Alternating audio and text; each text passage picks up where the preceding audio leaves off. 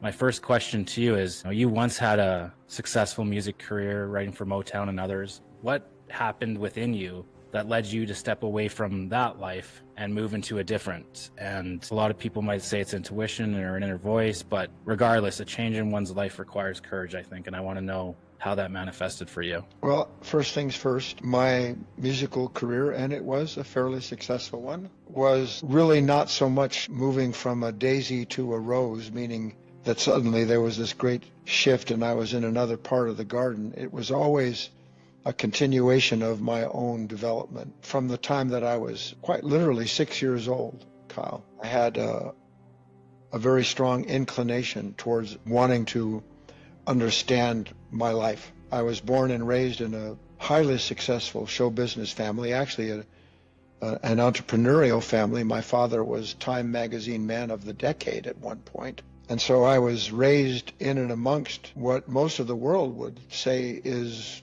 the cream of the crop. Boy, I wish I had that silver spoon. And I can say that while it was a great advantage in terms of allowing me to negate, not affirm, at an early age what doesn't work, I was exposed to so much pain and anger and fear as a child in the lives of the celebrities and business people that surrounded my family that there was no way to reconcile it. And what is going on here? Why my dad at one point was the honorary sheriff of the Hollywood Christmas parade. I rode in the lap of Jane Mansfield in the green room. Everybody smelled like alcohol and were jockeying for positions in the parade. And I remember it. I didn't know what to make out of it at all, but I knew there was something there was some great disparity between the environment and what everybody purported it to mean versus the pain that was in it and what it obviously did mean in terms of achievement. So this started at an early age for me. My musical career just blossomed out of my writing as a young person wanting to understand things. And I was just lucky in a way. I grew up around artists that most people wouldn't even know today if I talk about them, so I don't do it. But my partner and I, we were the first white soft rock artists ever to sign with Motown Records. Cool. That moment where you experience something that comes out of the blue but beckons you to understand it, then you spend time expanding, delving into that impression. So I did that at an early age. My musical career was just expanding an emotional impression, a certain idea that would come along, and then you've got the seed and everything would grow out of the seed. That's really the summation of the whole of one's spiritual experience. If a person begins to understand, you're not here to, in quotes, be a special creator and, all of the things that we love to attribute to ourselves. You're here to be the instrument of a certain kind of energy or awareness that will open up in you something you didn't know was there, light or dark, I might add. And if you honor the impression and you allow it to blossom back to the flower, then lo and behold, you stand as a witness to revelations about yourself that you could have in no other way. So that's my long answer to your short question. I love it. You mentioned that we're often afraid not of others, but of our own thoughts. And that really struck me. See people say, I'm afraid of this person, or I don't want to be judged by that, or, I'm not living up to my parents' standards. And what's the subtext there? And I don't think a lot of people sit down and really think about that. They just immediately think that person made me feel this way. And we don't go into much more detail than that. We want fast food. We want fast spiritual ideas. We want fast resolution, fast relief. If I was going to say what took me and what continues to take me into the, God willing, ever deepening relationship that I have with what is within but above, it's that I got tired of accepting my own explanations for the pain that I was in. Because what good is it to explain to yourself, well, I'm in pain because this person said this, or I'm in pain because I'm a bad person. All of that, at some point, a person doesn't want relief. We want to be released from the level of consciousness responsible for this terribly twisted perception that we have of life, which is simply this: we see everything as separate from ourselves. That's why when somebody sets me off, it's so quick and easy for me to judge them, because now I know the pain I'm in is something that you put me in. You can't put me in pain, but what you can do is help me realize that I came into the moment bringing with me a conditioned nature that guarantees that under no circumstances must you ever challenge the image I have of myself. So if you say one thing about me that doesn't match what I believe I already am, then we're enemies. And when I have an enemy, it can't be my perception. After all, I see everything perfectly, don't you, Kyle? I do. Yes. Yeah, we all think we do, which is what a load of baloney. No, we see everything through the eyes of a nature that looks for what it wants to see and needs to see to confirm itself. And when anything challenges the image that we have of ourselves that we're identified with, then lo and behold, it's hell time, and now we have to find someone and something to blame for that kind of pain. It's a dead-end, useless approach. That's what everything is about. I'll say it in a far more simpler way. You ready? Yeah. The only thing that troubles me about any other human being that I meet in life is what I want from them. End of story. When you realize that everybody that you see is exactly like you are, meaning lost and stumbling around in the darkness of an unconscious nature, then you stop wanting things from people because A, they have nothing to give you. If they have something to give me, why do I keep taking so much and I still feel empty? If somebody has an answer to why I'm aching the way I am, why in the name of God do I not get that answer and then I'm done aching? Because I can't find what I'm looking for outside of myself. And that's all this mind does, is look at a situation, separate itself from the situation by judging it, and then in the judgment feel as if I know what's wrong, and then proceed with the choices that nature prescribes. And every last choice that this unconscious nature prescribes is the continuation of itself, not the end of the situation it says it sees and understands. Now, how do you get around that then? How do you go beyond this ego and me, and expect You have to stop lying. See, we don't think, if I said to you, Kyle, do you lie to yourself? You would think about it. Well, and then I'm kind of spiritual. So no, I don't, or at least I try not to. I try not to. Yeah. Every time that you identify with a thought that follows a reaction, you are listening to a liar ensure that the lie of your identity will continue. I see. Now, how do I stop that? Dog, would you hang out with someone who every time something went south came and said, you know, I wish it didn't happen and you can do better, but here's what we need to do. And then your good friend will prescribe to you a path to take. And because you trust this friend, you have made an authority out of your own mind, which is a pit. The blind shall follow the blind, and both will fall in a pit. The minute that you make an authority out of thought, you have agreed to let a thought nature escape from what thought has created. So you wouldn't hang out with a friend who A, said, here's how to fix yourself, and then you never do. Here's what's wrong with you, and there's always something wrong with you that your friend knows, and it just has to come before how to get right. One day you say, you know what, I love you, but I'm out of here. You are not my friend. Your thoughts and feelings that are the content of a reaction of a negative nature are not your friend. Any thought you have after you said, I hate this, I don't want that, I wish I wasn't this way, then suddenly, like Lurch, I don't know if you remember the Addams Family. I do, Lurch. You rang. Suddenly, here's this thought. Well, thank God that you showed up. Thank God you're here to tell me what's wrong with them or what's wrong with myself, because now I know what to do. Write this down. Doing is downstream from being. Doing is downstream from being. Doing is downstream from being. Never take into question the being that is telling us what to do, because as we identified with what we're given to do, gives us a continual familiar sense of being. But it's what's the definition of insanity that Einstein said? Do the same thing over and over again and expect a different result. That's right. So you ask me, how do we change? We change by seeing if we keep responding in the same way from the same level of ourself, we will continue to have the same experience. End of story.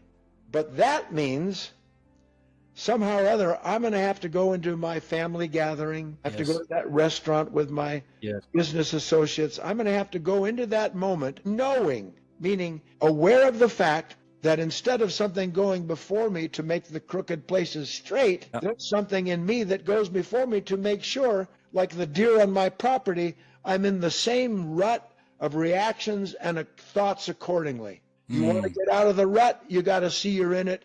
And nobody wants to see they're in it because nobody knows how to get out of it. You get out of the rut by seeing that you're in it. And then you don't take another step in the rut. So you often speak about thoughts are inherited mechanical patterns that repeat unconsciously. So if we're not meant to follow thought, what are we meant to follow? If you're listening to thoughts, you're listening to a liar. You're listening to the past.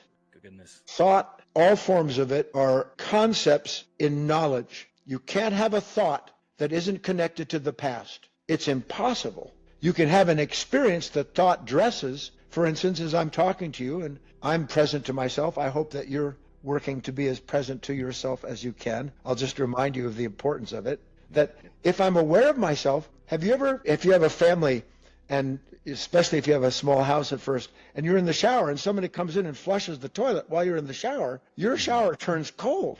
Yeah. Do you need to think to yourself, oh my God, the shower is cold, what do I do? No. Is your awareness of your environment the action? That's the action. Awareness of Right it. now, you may stand there for a moment and go, who did that? What's wrong with you? Right. And then you're caught up trying to correct something. But the action is in the awareness. If you are walking down a trail on a mountain and you see a cougar on the other ledge, do you think to yourself, what do I do? Or does your instinct come into play and you know immediately you need to go still and that you need to allow your awareness to dictate your action? The awareness to dictate the action. So now take that physical representation and move it into the psychological or spiritual world. If I know that my anger is burning me, does it matter why I'm angry or how valid it is? It doesn't. If I'm sitting here, I'm getting ready to say a cruel remark to somebody because they've dared challenge Imhotep or whatever, my thoroughness. If I can taste the cruelty, the awareness produces the action, which is no conscious human being will hurt another human being, let alone himself. It's impossible. Consciousness will not act against itself. I should say conscience will not act against itself. Our level of consciousness is always acting against itself. And the fine line here is that consciousness can be, I was actually thinking about this, I'm working on a talk for this coming weekend. What's the difference between seeing something, Kyle, and being aware of it? For instance, I'm driving down the street, I can see all kinds of stuff, and I can see people, I can see individuals that I like or I don't like, I see all these things. But unless I'm aware of the experience of what I see, then I'm simply floating along, listening to my mind tell me this is a bad person, this is a good person, this is something I like, this is what I don't like. So if I'm not present to myself, I'm living and incarnating an endless series of judgments, am I not? Yeah, I mean, the more you talk about it, the more psychotic it seems to live from this noisy world. Yes. But see, nobody wants to know that. I don't want to know that unattended, my mind breeds defeat. I don't want to know it because I don't want to attend to my mind. I want to attend to what my mind tells me I need to do to be free. My mind doesn't know what it needs to be free. It imagines freedom, and then it says, Guy, here's the path. I go, thank you so much. And then how did I get out of the music business? Here I am, successful. Yeah. House in Malibu, horses, tennis court, the whole 9 yards. You're this, you're that. And I'm sitting at my piano one day, Kyle, true story, and I start beating my head, a beautiful piano, on the foot, and I'm crying. You know why I'm crying? Because if I don't finish the orchestra, if I don't finish writing the music for this movie that I've been hired to do, then people are going to see that I'm not who I've presented myself as being. And suddenly, here's the point. I'm a slave to the very thing that I thought would liberate me. And I realize it. I said, how in the name of God did I get here where now my whole identity depends on continuing to be seen in the eyes of Mr. Gordy or whoever it was at that time that had hired me for this musical score. I go, wait, and it wasn't the music that did it. Music was fine. What did it was my identification with becoming someone who believed that who he was depended on how others see him. So now I'm a slave to an image, and I never saw it happening. But there it was, inescapable, that particular day. And by the way, that particular day was one of these moments that really started to change the whole direction of my life. Because I'm not going to go along with feeding a nature that has made me a slave of some identity that I didn't even know was being created for me. Yeah, but most people live that way, I think. I hate to say it. Everybody lives that way. You could be homeless and you live that way. I'm not going to be a slave to this corrupt country that I live in. Everything about my life is predicated on I want this, I don't want that. And what never dawns on us is that you can't have a want or a not want that didn't come into the moment with you as part of a conditioned consciousness having already determined what's best for you. No conditioned consciousness knows what's good for anybody, let alone the one that it possesses. My soul understands it. It's just hard to articulate and digest. Well, yeah, I get it. Look, it is hard. I can guarantee you. But what you said is accurate. I can feel it. I feel it. Yeah, I can feel it. What is a songwriter? What is any person who, if they have any true understanding, other than someone who is able to stay long enough in a moment to allow the moment to open so that everything that's in that one instant is revealed, and then it can be articulated. They'll try to articulate what they don't understand, and it turns into a word salad. That's right. But if you actually are the embodiment of that understanding, then the understanding just comes out of you as naturally as you would sing "Row, Row Your Boat." Many people find that as they age or succeed, life becomes more confined rather than expansive. They feel like they're looping through the same emotional patterns despite attending every self-help seminar and assembling possessions. Why do you think this happens, and what does it mean to grow inwardly? I listened to you tell a story on your weekly chats, and you told a story about a girl who went camping with her father, and she wanted to go somewhere where she hasn't been because there was people around in this one area. What was she talking about, really? Well, ever so quickly, they had gone up into the mountains as father and daughter to enjoy impressions that were pure. And in truth, every impression is pure, or I should say is as pure as the individual's awareness that receives it. But she said to him, I don't want to be where all of these campsites are. I want to go someplace that no one has ever been before. We're talking about the fact that within you, Kyle, and this is, you alluded to this, I can feel this, I understand it at what you call the soul level, but my mind has difficulty grasping it, let alone articulating it. So we have the evidence of two levels of being, one that can receive energy and impression, and that doesn't need to talk to itself about it to know the goodness of it.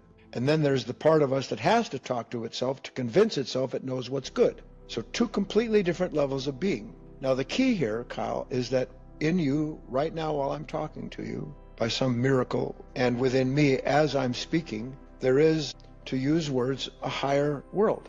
There are parts of us that are already illuminated, but that we are not connected to because these parts of ourselves are not connected themselves in an awareness that allows it. But the point being that when you see something good or you hear a truth, do you have to think to yourself, gee, is that true, is that good? Or do you feel it immediately? You feel it right away. Number one. Number two, was there any distance between you and that awareness of the goodness of this thing? No, it's immediate. No, it was immediate. Wow, I didn't have to go anywhere to understand that. It was present prior to me even knowing that it was there. That's right. So that means there's no distance between the true self, your higher nature, and the kingdom of heaven. It's already unified. One thing, and you don't have to go anywhere, you don't have to think anything, you have to be anything to achieve it. You just have to be able to remember it's there, and then do the commensurate inner work of realizing it's there, but I'm not. What's keeping me from being in this presence? The old desert fathers practiced the presence of the Lord. This whole idea of what it means to be mindful in Eastern traditions. What are they talking about? They're saying, let me be where my mind, my body, and my heart is at the same time. How do I do that? By being aware of all of myself in this moment. Kyle cannot be aware of Kyle and think from Kyle or about Kyle at the same time. So the minute that Kyle goes into thought, separation has taken place where there's Kyle the thinker, and then there's what Kyle is thinking about. Don't those things seem different? I'm Guy, and I'm thinking about these things.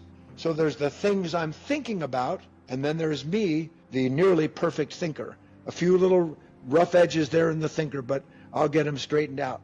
So the illusion is that there's a thinker that's separate from the thought.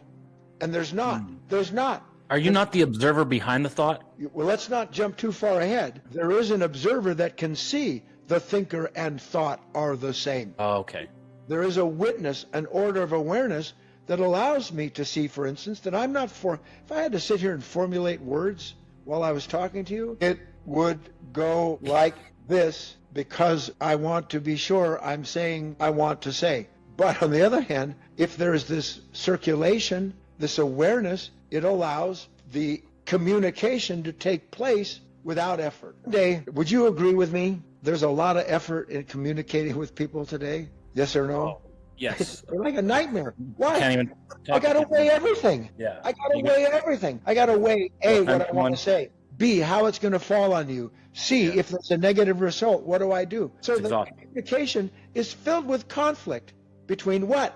The one who's speaking and the one who hopes to achieve with what he's saying the imagined outcome.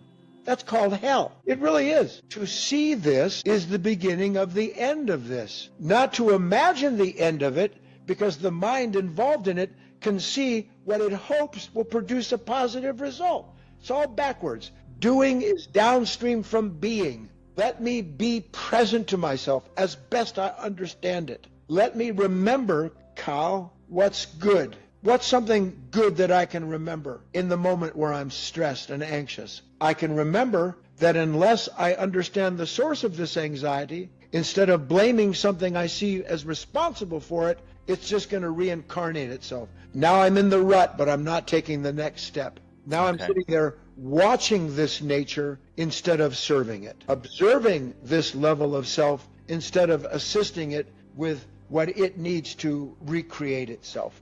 If love means wanting the best for someone, why is it that we often find ourselves in conflict with the people we care about the most?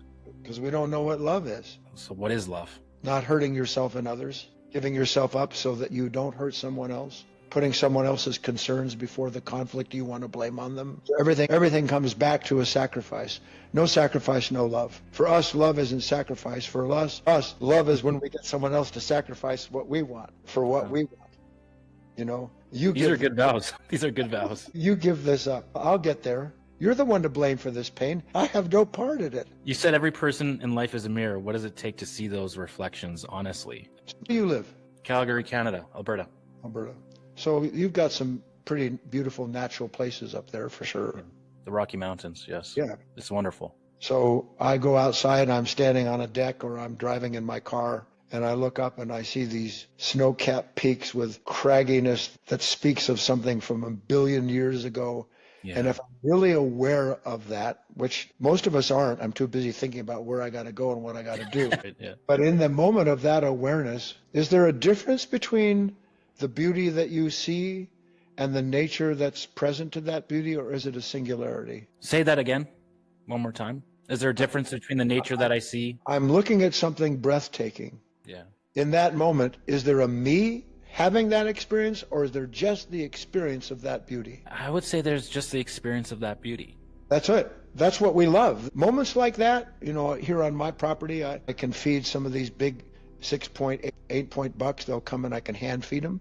To be in the presence of nobility like that, the patience in a creature like that, so that when I'm really present, there's no buck and guy. There's just the awareness of a nature that transcends time and the joy of it, the beauty of it, the silence in it. So if the listener can understand, when we have a moment where something's truly beautiful, I disappear, and so does the condition that I would ordinarily attribute to it. There's just the beauty. There's just the wholeness. There's just the nobility. Yes? Yeah, for me, it feels like you're just one with the moment. One with the moment. So in that moment, is there something in the mirror other than myself? Or am I looking at myself in the mirror?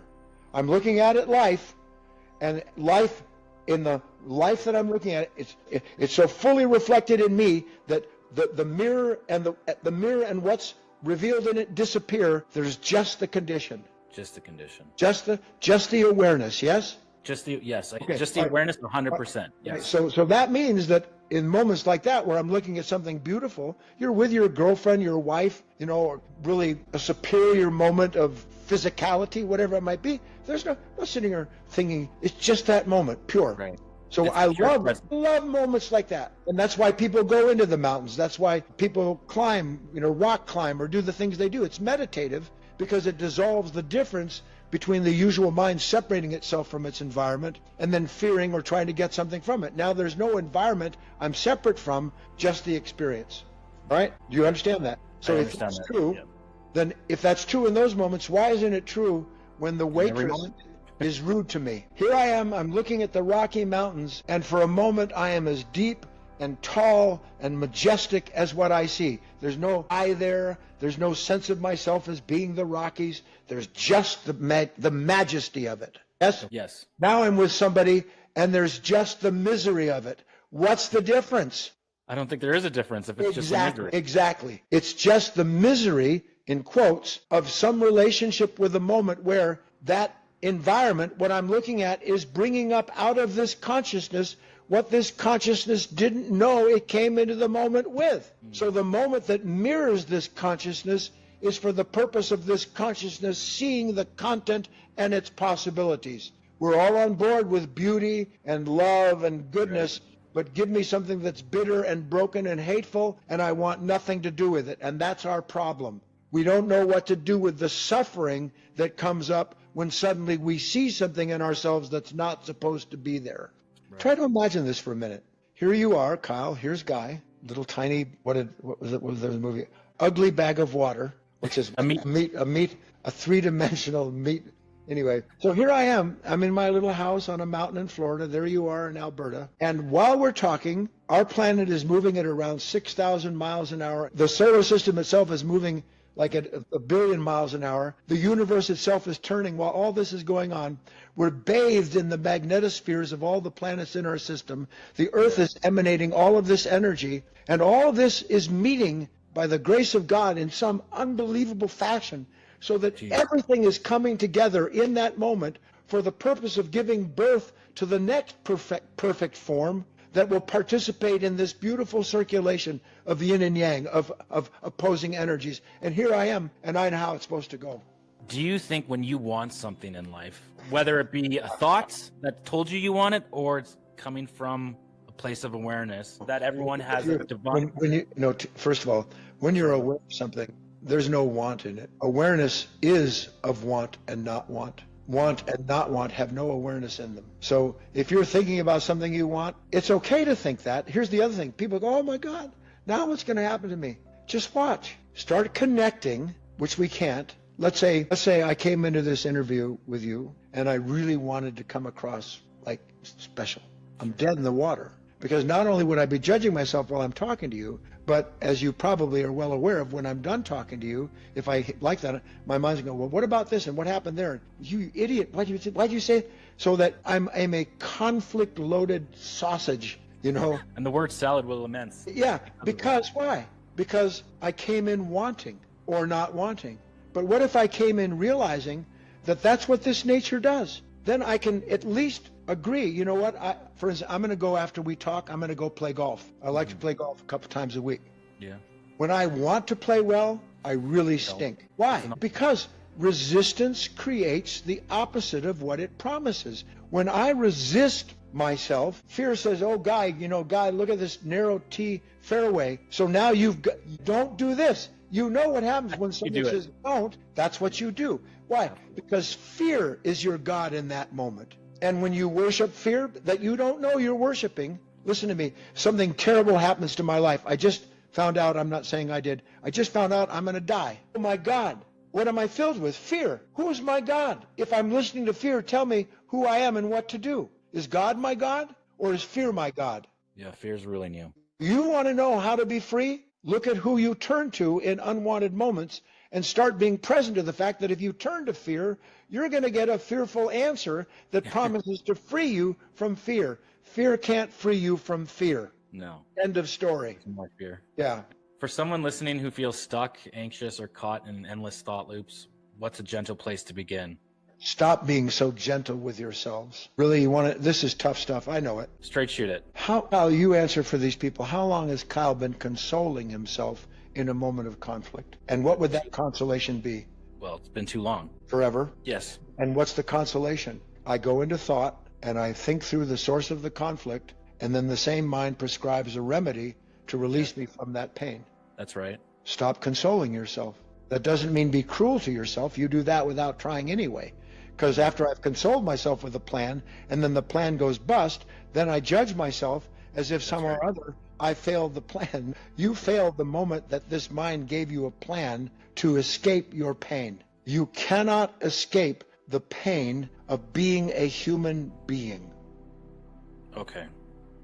It is impossible. Why? Because the pain isn't your pain unless you imagine the condition you blame for it and then resist it. You are being born, created as I'm talking to you, Kyle. With God as my witness, all of these energies are bringing about an endless series of reactions, atomic level, cellular level, celestial level, everything being created, everything being destroyed. This is the Mandela in the Eastern tradition.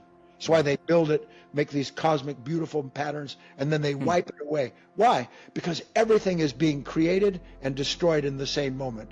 Same with you and me. Exact same thing.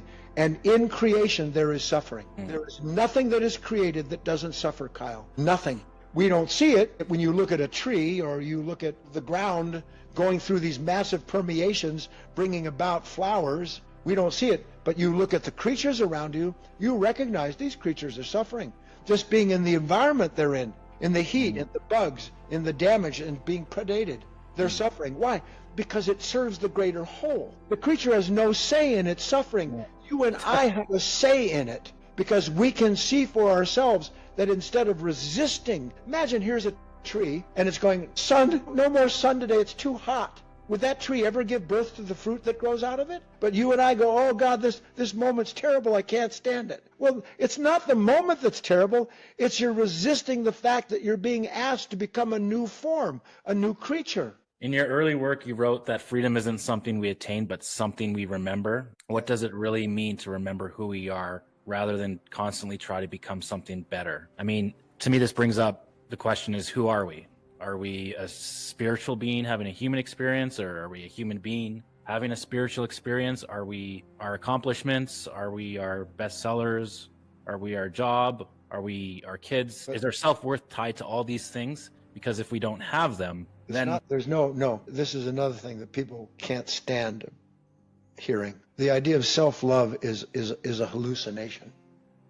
It's a hallucination. Not that people don't need to be helped. The world has beaten everybody down so badly. I know people that have innate gifts, but they have no self-esteem. They're so afraid of their own thoughts that are telling them you have to be this way, that they never challenge their own mind, because their mind is saying to them, it's the world that you're in that's keeping you down. The world is a terrible, dark place, make no mistake. But like Christ said, the light dwells in the darkness, and the darkness knows it not. Inside of you is something that can remember that instead of letting your mind give you its memories and what to do as a result of who you've been, who you are, being is doing is downstream from being. Here I am, I'm anxious. Go do this, I'm going to do that. And suddenly I wake up and I can taste this anxiety. I thought, hold on, I don't want anxiety to be my God.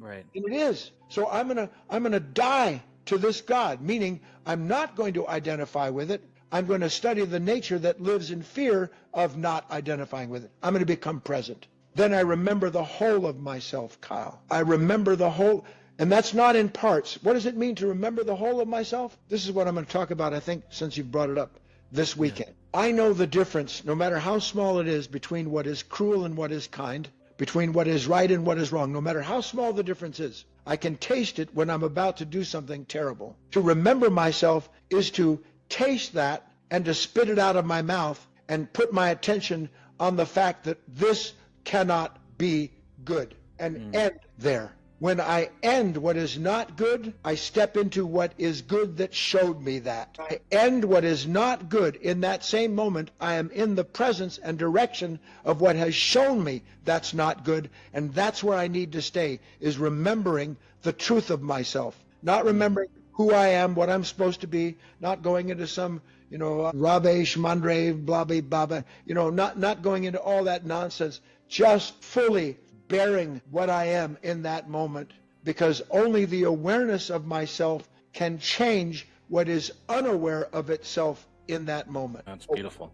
Awareness is a power. It's not yours, it's not mine. The mountains where you live, the light from that sun will wear them down over millennia. Light, awareness is a force. It is an intelligence. We don't know that intelligence because we live from something that's telling us what to be aware of, and we Right. go to sleep. We want to just simply be mindful, present, aware. Let that awareness deal with what is coming in and wants to go out, and the action will be inescapable, and it'll grow in terms of its clarity, and so will your actions become more pure and ultimately liberating. There's a story that you shared about a CEO being pulled in so many different directions on where a company should go. Despite him being the majority shareholder, he feels pressured by the board. Could you speak to that metaphor and how it plays out in real life? Well, you're asking me to summarize something that took 20 minutes to set up when you heard it. But that's all right. The bottom wants to do what he knows is best for his company and for the world, meaning he knows what's best for himself and his relationships. But he has a board of directors that want to profit from everything that he does so that they can see themselves as rich. We have a nature that always wants to think of itself in a certain way and add to itself what it can. And finally, he says to the company, to the board of directors, you know what? I own the company. This is my company, not yours. And I'm going to do what I think is best. What that means, Kyle, is that at a certain point, you will hear this board of directors, all of these thoughts clamoring, pulling, pushing, conflicting, telling you, yeah, but this, and yeah, but that, and how about this, and how about that? And at some point, when you feel the anxiety and the conflict that exists in your own mind that's promising you, if you just sort out the conflict, you'll find some consolation. You go, you know what? This is my life. This is my life. My life doesn't belong to who I've been, doesn't belong to what I want, doesn't belong to what I imagine may or may not take place, and certainly doesn't imagine to what I want other people to see me as being. This is my life now and now and now. And the clearer that becomes, the more you are grounded, in quotes, in an awareness that lets you see all of this nonsense going on, and that without struggling, realize, what did Christ say? One must lose their life to find it. I have to give this up. I had to give up my musical career, not because I didn't love music, but because I saw that I had been led into a place, tempted into a place from which there was no getting out at that point. It was quite clear. Now, if I was going to go back 50, 60 years, maybe I wouldn't have had to throw the baby out with the bathwater, but I don't second guess myself at all. Every step that I took, doing the best I could to serve the good as I understood it, has never led me anywhere but to the next place where I can do that again. Were you compromising your authenticity at that point if you would have continued with music? I love you, Kyle. I don't know if you know any scripture. This is East and West. Here somebody's talking, I'll do Christ. Somebody's saying to Christ, you do this, that. He says, why do you call me good? No one's good save the Father. Nothing that I do. My Father does it all. No human being has authenticity. That's a pipe dream. And I mean literally, I'm authentic because I've got this, I've gone there. I'm authentic because people think I'm a master. What a load of hooey. You find what is authentic was given to you at birth. It had no beginning and no end. And our pain is because we actually believe we are authentic in this world or that world. And then we pay right through the you know what in order to ensure that we protect our authenticity. You will wake up according to the degree that you understand that your work and everything about your life is set up for one purpose, for you to continually see, cleave through, and then give birth to what was revealed to you as no longer serving you. You see this anxiety, you see this cruel comment about to come to your wife or your kids. Who is that serving? It's not serving me, and it's punishing them. You stop serving what doesn't serve you. But to do that, you have to be aware, meaning you have to have the intelligence, that awareness, to help you realize the difference. But it's already built into you to do that. What is authentic awaits you to enter into its light.